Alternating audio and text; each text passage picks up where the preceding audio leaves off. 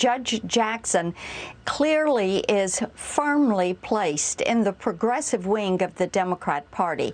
When I asked her to define woman, she wouldn't even give me a definition of woman. She is on the school board that is pushing. Can you provide a definition for the word woman? Can I provide a definition? Mm-hmm. No. Yeah. I can't. You can't? Not in this context. So I'm not a biologist. Women are concerned about parental rights, and here we have a nominee who cannot define woman. Do you agree with Justice Ginsburg that there are physical differences between men and women that are enduring? Senator, respectfully, I am not familiar with that particular quote or case, so it's hard for me to comment as to whether all right. I'd love to get your opinion on that, and you can submit that. Do you interpret Justice Ginsburg's meaning of men and women as male and female? Again, because I don't know the case, I don't know how I interpret it. I need to read the whole thing. She didn't do quite as well on issues of judicial philosophy. She didn't answer it at all. When the issues on judicial philosophy were raised, she primarily referred to judicial methodology. And that was a bit evasive, like someone asking, what's your favorite clothing style? And you're describing how you get dressed in the morning. I mean, it doesn't really answer the question. How does that compare But there were really sharp differences. Sorry to interrupt, but I wonder how that compares to how maybe Amy Coney Barrett answered questions about her judicial philosophy. She was certainly asked about it. Yeah, actually, Barrett was off the charts, in my view, in terms of clarity on that question. I said at the time, I've covered, I think, most of the people on the court in their confirmations.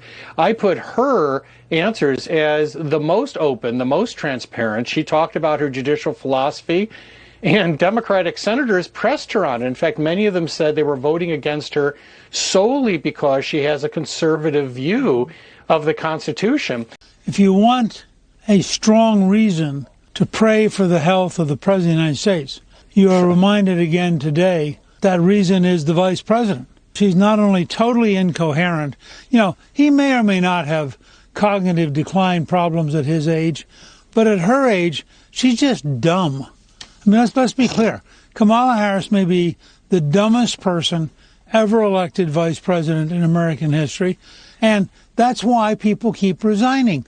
I mean, if you were her national security advisor and you were competent and you'd worked hard and you knew what you were doing and you watched her in Poland break up laughing, you had to feel a sense of total humiliation. So I'm not surprised that that particular advisor resigned, because it's very clear that Kamala Harris should never, ever be allowed to leave the country.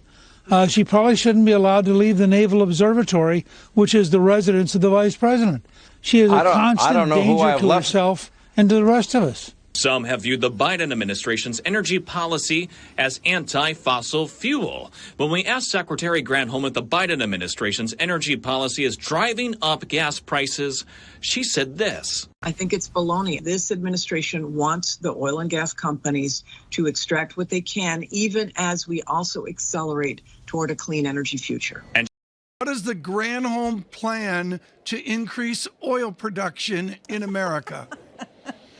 Oh my God, that is hilarious. Would that I had the magic wand on this, as you know. Eric Holder has been the head of something called and it's not really political, it may sound, the National Democratic Redistricting Committee, which is to try to get redistricting to be apolitical. It's just apolitical, and to do it by commission, to do it to meet certain standards of the Voting Rights Act that we hope to have, and the Constitution of the United States, honoring those things. Is expanding the court a priority for Democrats right now?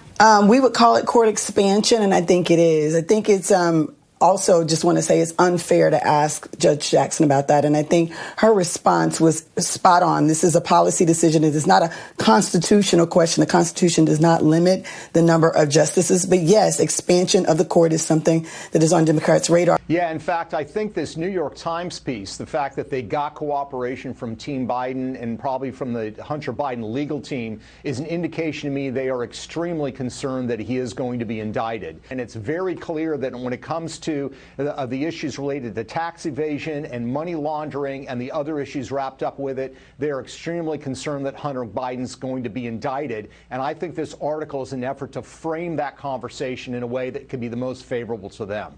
So, in other words, while they were trying to impeach Donald Trump, the FBI knew all of this existed. They knew about the laptop, and they didn't say anything while Trump was accused of doing deals.